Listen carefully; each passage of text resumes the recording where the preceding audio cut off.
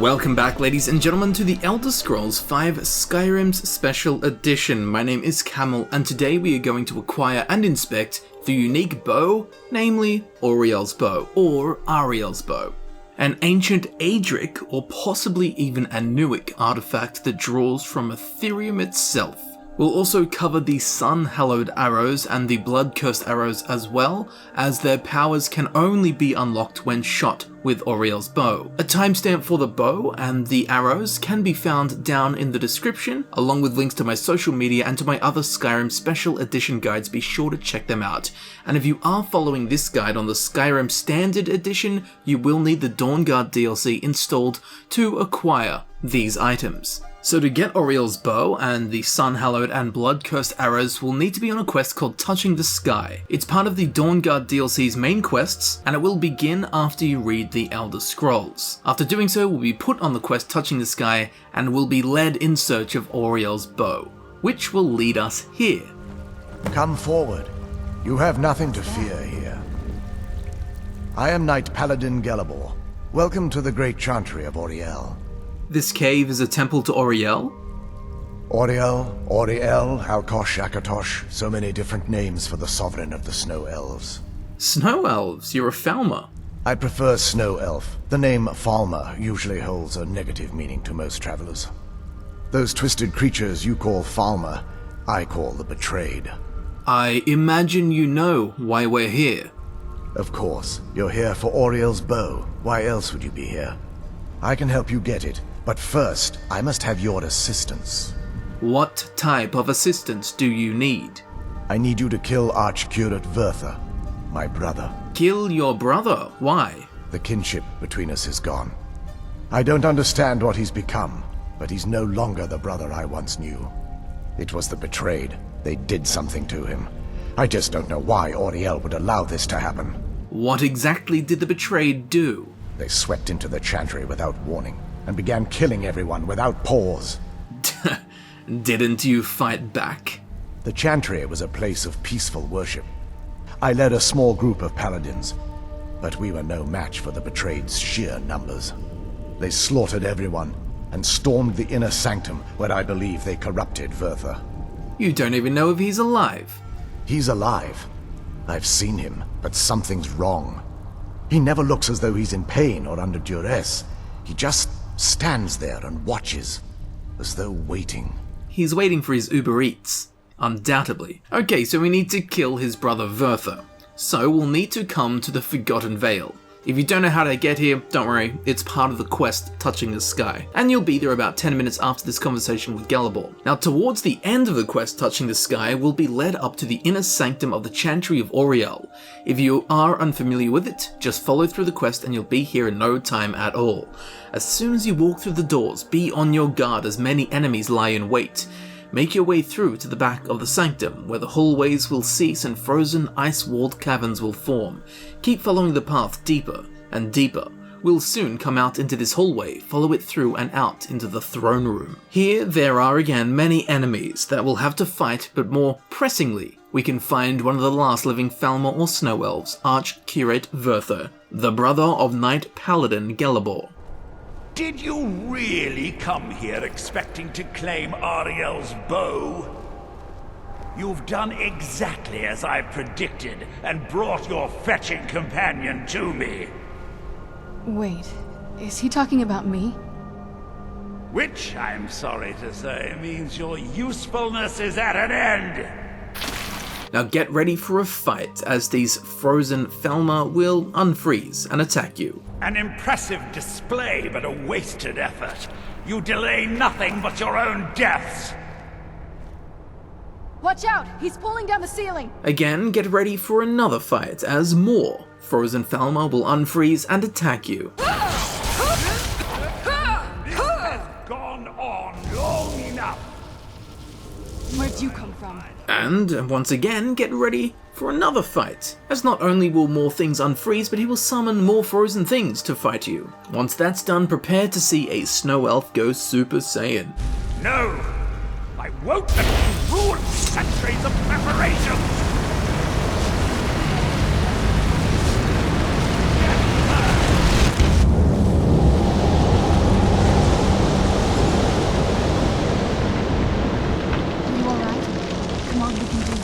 know we can.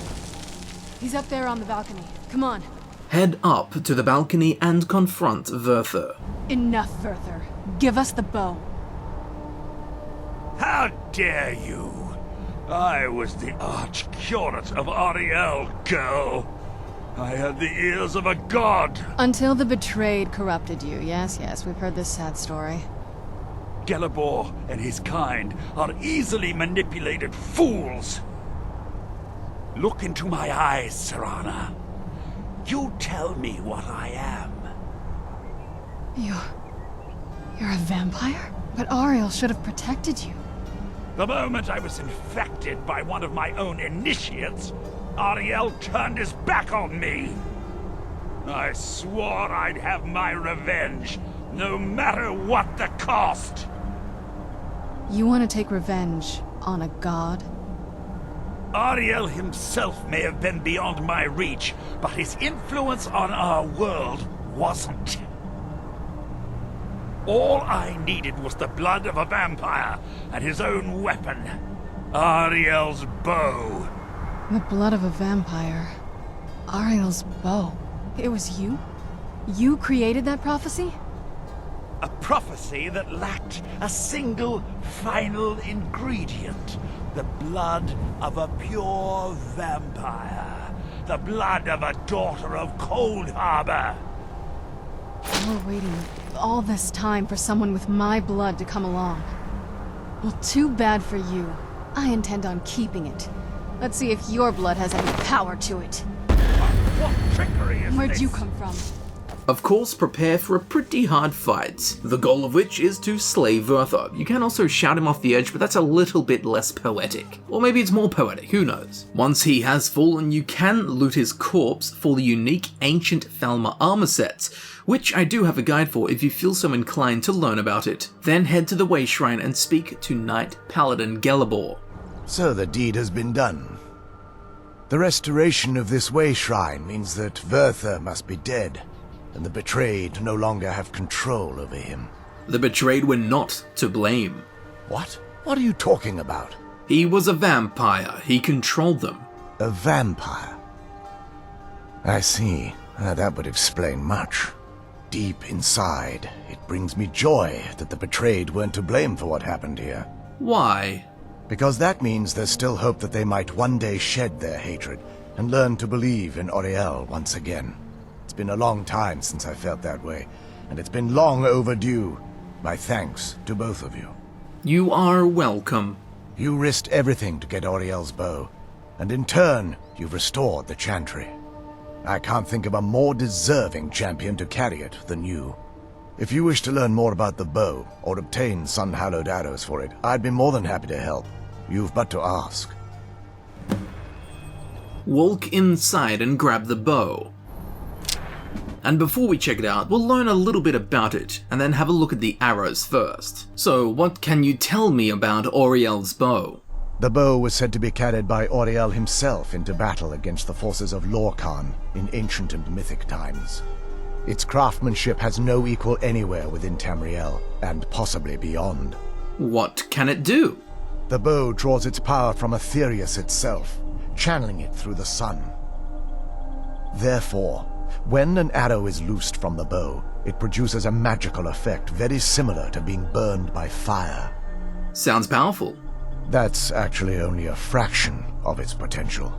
With Sunhallowed Arrows, you would be able to produce a much more spectacular effect, causing bursts of sunlight to envelop your foes. The sunbursts would certainly hurt anything, but is especially devastating to the undead. Vyrthur said something about using blood. Well, using an arrow with the bow that's been dipped in blood may cause it to function differently, corrupting its purpose. That's, of course, if you're foolish enough to try it. How do I obtain Sunhallowed Arrows? I can actually assist you in that regard. If you were to bring me some good quality elven arrows, I could imbue them with the proper incantations and rituals. Can you make me some Sunhallowed Arrows, please? Certainly.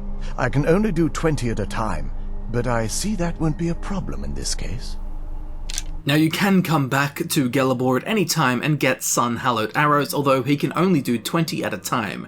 Now for the Bloodcursed Arrows, you can come to Serana and do the exact same thing. Again, she can only make 20 at a time. So firstly, let's have a look at the Sunhallowed Arrows. They have a base damage of 16, a speed of 1, although this stat is irrelevant as only the bow's speed matters. On a technical level, this leaves it with a DPS of 16, it's got a weight of 0, a value of 16, they cannot be upgraded like all arrows, and the enchantment causes sunburst attacks to nearby targets if shot at the sun with Auriel's bow. Now this enchantment looks like this in use.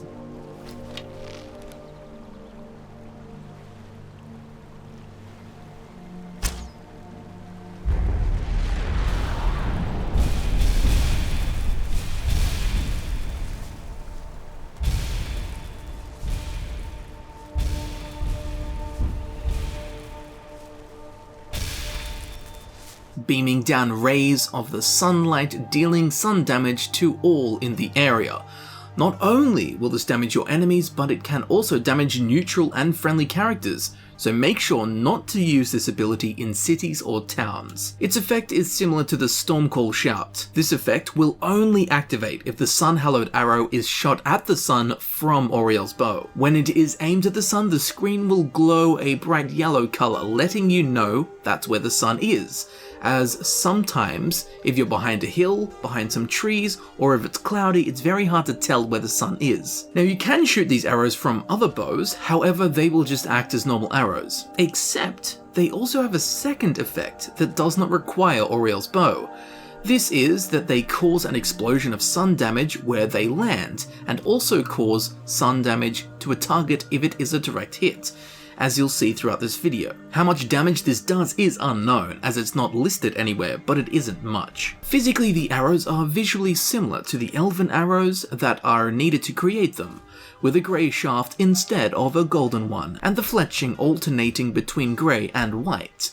The arrowhead glows with holy power closer to the tip of the arrow. The quiver is similar, being a more pallid colour compared to the strong golden one of the normal elven arrows. Sadly, as the arrows are quite rare, followers will not get an infinite amount of them if you give them to a follower. Luckily, you can still sneak up to the Solitude Guard at the archery range and reverse pickpocket arrows onto them. Although it is a slow process, technically this will create an infinite amount of arrows. And these arrows are also named after when the sun greets you, the Sunhallowed Arrows. Now we will talk about the Bloodcursed Arrows. They have a base damage of 16, a speed of 1, although this stat is irrelevant as only the bow's speed matters. On a technical level, this leaves it with a DPS of 16, it's got a weight of 0, a value of 16, they cannot be upgraded like all arrows, and the enchantment enshrouds the sun in sudden darkness when shot with Auriel's bow. The enchantment looks like this in use.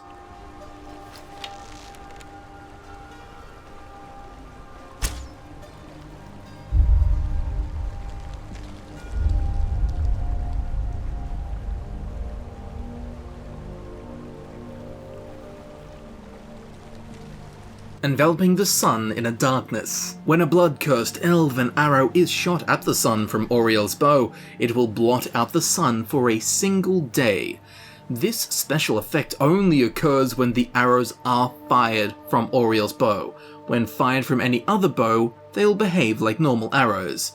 This effect is, of course, super useful for vampires, as vampires whose attributes are stunted by sunlight no longer have a decreased regeneration rate of health, magicka, and stamina while the sun is under the effects of these arrows. The effects can also help stealth users avoid detection while sneaking during the day, as they are hidden in a greater blanket of darkness. Now, just like the Sunhallowed Arrows, when a blood-cursed elven arrow is aimed at the sun, the screen will glow an orange-red color, letting you know that's where the sun is. As again, sometimes if you're behind a hill, behind some trees, or if it's cloudy, it's very hard to tell where the sun is located. Now this effect can also be used on Solstheim. Again, sometimes if the sun is shrouded over Castle Volkia, the void in the Sulcan sky will appear to be shrouded as well. It's probably not intentional. Also, if the sun is shrouded in Skuldafn during the quest of the World Eater's Eyrie, the sun may be shrouded in Sovngarde as well. Again, probably not intentional. Skuldafn also has has some awesome Easter eggs that you can check out in my new Skyrim Easter egg video, if you're interested in such things. Now, when the sun is shrouded, deathhounds and gargoyles can occasionally be seen in the wild, and will attack anyone in sight. This shrouding of the sun effect will also promote and encourage, and technically increase the chances of vampire attacks on towns and villages. Also, bodies of water may appear blood red after shrouding the sun. NPCs will also make comments on the sun, such as, "Dragons weren't enough, now we've lost the sun too?" And, "The day is dark as night, what's happening?" Now, if you blot out the sun, Sunhallowed Arrows won't work until the next day. Also, if you blot out the sun, reading either the Elder Scrolls Sun or the Elder Scrolls Blood will return the sun to normal and allow you to use the Sunhallowed Arrows without having to wait a full day. Now, physically, the arrows are visually similar to the elven arrows that are needed to create them, with a grey shaft instead of a golden one, with the fletchings alternating shades of grey, to be specific, 50. The head of the arrow has a noticeable dipping of blood on the end, creating a crimson warning of the blood prophecy to come, if used in such a way, of course. The quiver is similar, being a more bleak colour compared to the strong golden one of the normal elven arrows. The Bloodcursed Arrows have been tainted by the blood of a daughter of Cold Harbor, a female vampire. Blood-cursed elven arrows cannot be obtained if you have convinced Serana to cure herself of vampirism. If you ask Valerica, Serana's mother, to make the blood-cursed arrows, she will politely refuse and say that she never wanted any part in the prophecy. The blood-cursed elven arrows are considered to be the alternative or opposite of the Sunhallowed Arrows. They are what Lord Harkon needed, along with Auriel's bow, to complete the prophecy. And finally, Auriel's bow. It's got a base damage of 13, a firing speed of 1. This leaves us with a base DPS of 13. It's got a weight of 11, a value of 1,436. Now, it can be upgraded with a refined moonstone ingot. This requires the arcane smithing perk, and it also benefits from the elven smithing perk, meaning that it can be upgraded all the way to legendary quality without the assistance of smithing fortification effects. And of course, its enchantment deals 20 points of sun damage. Undead take triple damage, so the undead will be taking 60 points of sun damage. Now, you might think it's not that impressive, as the base damage of Auriel's bow is the same as the elven bow and the dwarven black bow of fate, along with some others. However, Auriel's bow has a very high firing rate, in fact the highest in the game. To be clear, because I know some of you are thinking this, yes, Auriel's bow has the same fire rate as Zephyr. However, Zephyr has an enchantment that increases that fire rate by a further 30%. So while it has the same fire rate stat, Auriel's bow does not fire as fast as Zephyr. However, it's still the second fastest bow in the game, as with a quick shot perk you can fully knock an arrow in under 1 second. So although the damage on Auriel's bow is lower than other bows, its damage per second is ranked even higher than a Daedric bow, thanks to this very fast firing speed. This is because it can literally fire twice as fast as a Daedric bow, leaving its damage per second higher than that of a Daedric bow. However, 2 arrows dealing 100 damage each and 1 arrow dealing 200 damage, they're two very different things. Let me explain. If you want to play a sneaky I'm in the shadows and I'm never seen archer build, then you'll probably want to go with a bow other than Auriel's bow. As if you're sneaking and unseen, it doesn't matter how long it takes to draw an arrow, but the damage that a single arrow deals does matter because you want to kill the target in one shot, so that you're never detected. But if you're using a bow for a more face-to-face combat and just some general ranger type stuff, then Auriel's bow is a go-to weapon. Its enchantment is also pretty handy, dealing 20 points of sun damage, and triple that to undead. Needless to say, it's a very effective weapon against undead. However, unlike most other weapon enchantments, apparel that reduces the cost of restoration spells, which is the school that the sun damage enchantment falls under, does not reduce the amount of charge used when using Auriel's bow. For clarity, say there's a sword with fire damage, if you have a really high destruction skill, the amount of weapon enchantment charge consumed will be lower than that of someone with a very low destruction skill. So again, that does not apply to Auriel's bow and the restoration skill. Interestingly, while one has the bow drawn, the sound effect of crackling can be heard, as if the Dragonborn is holding a fire spell in their hand. Now with the Skyrim unofficial patch, which most people should have, Auriel's bow counts as a Daedric artifact for the Oblivion Walker achievement, despite the fact that it is an Aedric artifact and not a Daedric artifact, and is therefore tied to the plane of Aetherius rather than the planes of Oblivion. Therefore it should not count towards the Oblivion Walker achievement. Also, if the bow is given to Harkon before you battle him, it can be retrieved from his ashes when you defeat him, along with other rare items. Now Auriel's bow has been seen 4 times throughout the Elder Scrolls gaming series, Skyrim's Dawnguard DLC being the 4th. In the Elder Scrolls 1 Arena, it dealt fire damage and had the handy ability of Never Miss, which was a unique ability which prevents the champion from missing their targets. In the Elder Scrolls 2 Daggerfall, it dealt lightning damage, sent enemies to sleep, and leached their magicka. Interestingly though, in the Elder Scrolls 3 Morrowind, Auriel's bow had no enchantment.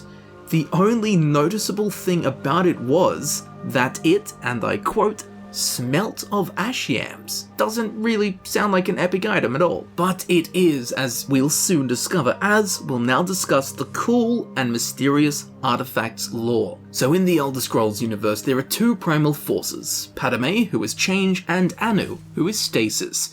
It is said Anu personified his own soul into Anuiel, so that he might know himself, and Anuiel's soul was in turn personified into Auriel. Legend says that this bow was created by Anuiel at Auriel's request along with Auriel's shield. So in turn, Anuiel's personification of Auriel asked Anuiel to build him some weapons even though he was his own soul, both of which were the personification of Anu's soul.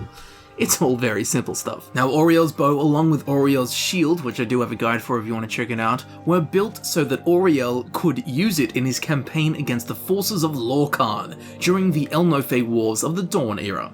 As I mentioned at the start of the video, I'm not sure if this bow is considered an Aedric artifact or an Anuic artifact, as it is hard to say and it all gets very intermingled and messy trying to draw lines in the sand of the Elder Scrolls lore. Now when Trinimac defeated Lorkhan and tore out his heart, Auriel fastened it to an arrow and shot it long into the sea, where Red Mountain eventually formed.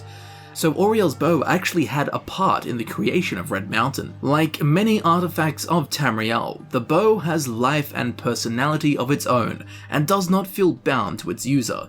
Legend has it that once the bow runs out of charge, it will vanish.